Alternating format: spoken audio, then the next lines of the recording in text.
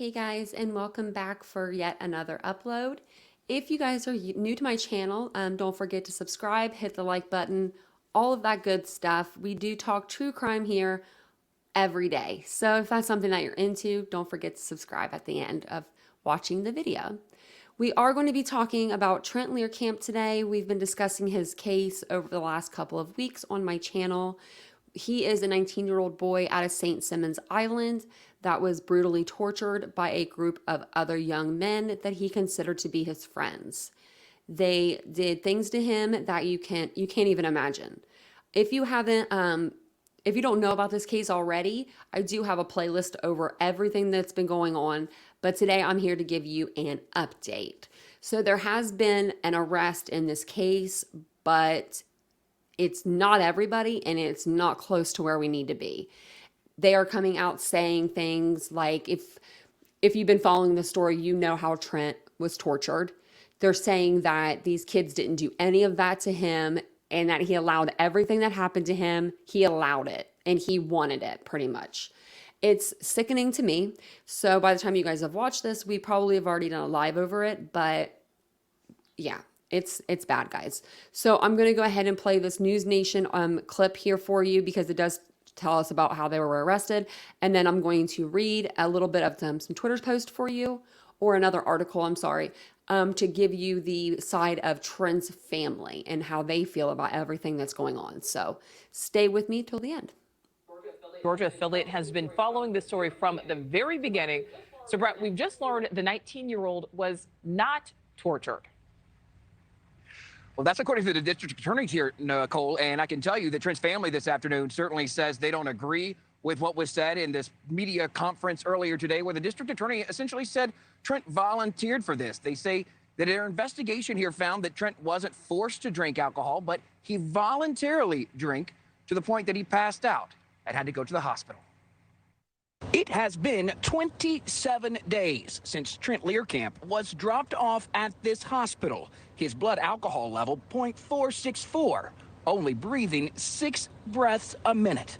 Today, Glynn County's district attorney says Trent did that to himself. At the residence, Trent voluntarily drank alcohol until he blacked out.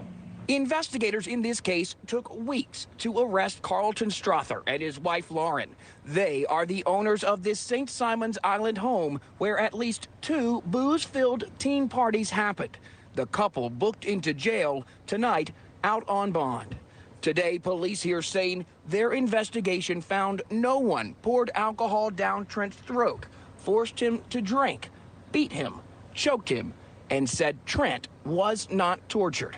After Trenton blacked out from the alcohol that he voluntarily drank, one of the juveniles that was present committed certain acts that have resulted in the complaints that are being filed against him in juvenile court. A teen who was at the party the night Trent went to the hospital today said Trent might not have been forced, but he was definitely influenced. That teen who left his number at the hospital the night Trent was admitted says Glynn County police investigators never called him, and he was only interviewed and gave his cell phone to detectives 5 days after the last party, when a friend's grandmother called 911. So here in Georgia, the law will prohibit the names of those 2 juveniles charged in this case from being released. A 17-year-old Edward Rooker Hobby, I should say, also arrested in this case to an assault that they say happened at this same home where the videos of Trent and the photo of Trent came from. But it is also state law that the juveniles here charged will not be named, and they will not face charges in adult court, Nicole. All right, Brett, thank you.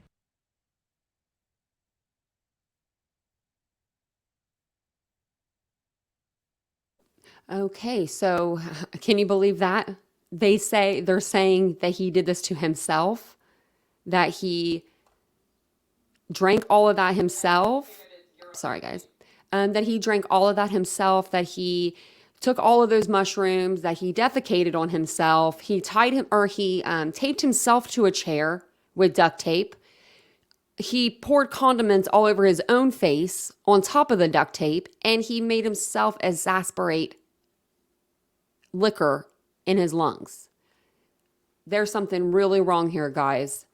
So this is going to be from the other side of the story. This is going to be from Trent's family. So it says here, the family of Trent Lehrkamp blasted Georgia authorities after they held a press conference Monday minimizing the abuse and humiliation the 19-year-old endured at the hands of teenage bullies. It was evidence that they wanted to address and correct what the kids didn't do, but not recognize or acknowledge the fact of what was done to Trent, the family wrote in a statement posted on Lehrkamp's GoFundMe page. At the end of the day, he was mistreated in inhumane ways. Trent was humiliated, being hosed in a chair and the joke of social media videos, and being taped to a chair and posed within pictures. It is disgusting, the outraged family wrote. And that's them there. Glynn County Intern Police Chief O'Neil Jackson III and District Attorney Keith Higgins announced at the press conference Monday that parents Lauren and James Strother, who owned the home where Lehrkamp was victimized, were arrested for maintaining a disorderly house and contributing to the delinquency or dependency of a minor. They had two parties at this house. That's only two parties that we know of. You know that there was way more booze, way more parties, way more things that have happened in this house that we are not privy to yet. 3 teenagers were also arrested in connection to the Lehrkamp investigation, including 17-year-old Edward Rooker Hobby. He was not tortured, Higgins said of Lehrkamp, addressing what he described as rampant online misinformation.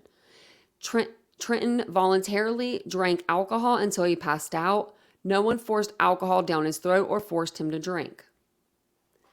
The charges against the parents stem from a rowdy March 21st party at the Struthers St. Simons Island residence that left Lehrkamp so intoxicated he could not breathe on his own and had to be placed on a ventilator at a nearby hospital. Disturbing video and photos soon emerged on social media that showed a group of teenagers appearing to abuse Lehrkamp at the home. We don't believe that confirming it wasn't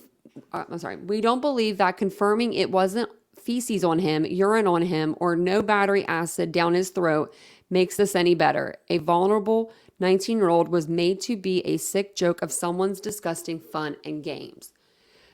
So someone telling me what's in his freaking lap. What is the brown crap that's in his lap? In one snap taken the night he was hospitalized, he is passed out, taped to a chair, and covered in spray paint and toys as a group of boys posed next to him, including Hobby. Later that night, Hobby and 2 pals drove an unconscious and barely breathing Lehrkamp to the hospital. At a press conference, Higgins repeatedly downplayed the matter and praised Hobby and his friends for potentially saving Lehrkamp's life by seeking medical care. This is making me sick. In a 10-second clip filmed March 17th, Lehrkamp is shown slumped over a chair as teenagers hose him off in front of a group of underage revelers. Higgins said Lehrkamp had voluntarily sat in the chair and agreed to be hosed off after an egg fight. The family objected to that characterization. He came home and once again spray painted, covered in glue-like substance, sprayed with WD-40 and dripping wet from being hosed, the family wrote. It is hard to believe, and it was the first the family heard that he consented to being hosed down. He was visibly passed out in the video while being hosed. Visibly, he's passed out in this video as well, this picture as well. And someone explain to me what the brown stuff is if it's not feces on his lap. The family questioned whether an incapacitated person can consent. Higgins dispelled false claims on social media that Lehrkamp's tormentors had urinated and defecated on him and forced him to drink battery acid, an approach that did not sit well with the family. I never did hear about the battery acid part, but I did hear they were making him take mushrooms and drinking alcohol. We don't believe that confirming it wasn't feces on him, urine on him, or battery acid down his throat makes this any better, they wrote. A vulnerable 19-year-old was made to be a sick joke of someone's disgusting fun and games. The intense media scrutiny on the case, which roped in the Georgia Bureau of Investigations and the FBI, distracted from more serious crimes, Higgins said. It has diverted a lot of resources, he demoed. It has taken up an inordinate amount of time. Wow. Hobby was charged with battery for shooting an Orbeez gun at a girl at a party March 13th at his and as his pals filmed the incident, according to a police report. She came home and reported the abuse after Lehrkamp's story attracted national attention. The two minors who were charged are 16 or younger, and their names were not released due to their ages. One was booked for simple battery and criminal trespass, and the other for possession and use of drug-related objects, Jackson told reporters. Lehrkamp is covering at an out-of-state facility where he's being treated for trauma, PTSD, and grief. He lost his mother unexpectedly in March 2021. Wow. Guys, let me know what you think about this case. Let me know what you think about the new stuff that's coming out. I can't believe this. Those kids tortured him. No ifs, ands, or buts about that. So let me know what you guys think in the comment section below. I do read all the comments, and I'd love to know what you guys would think. So I will see you guys all in the next video. If you did appreciate today's case coverage, don't forget to hit that subscribe button. Share this. Please share this to all your social platforms. Get this out there. And also, please like the video. Thank you guys so much, and have a wonderful day. Bye, guys.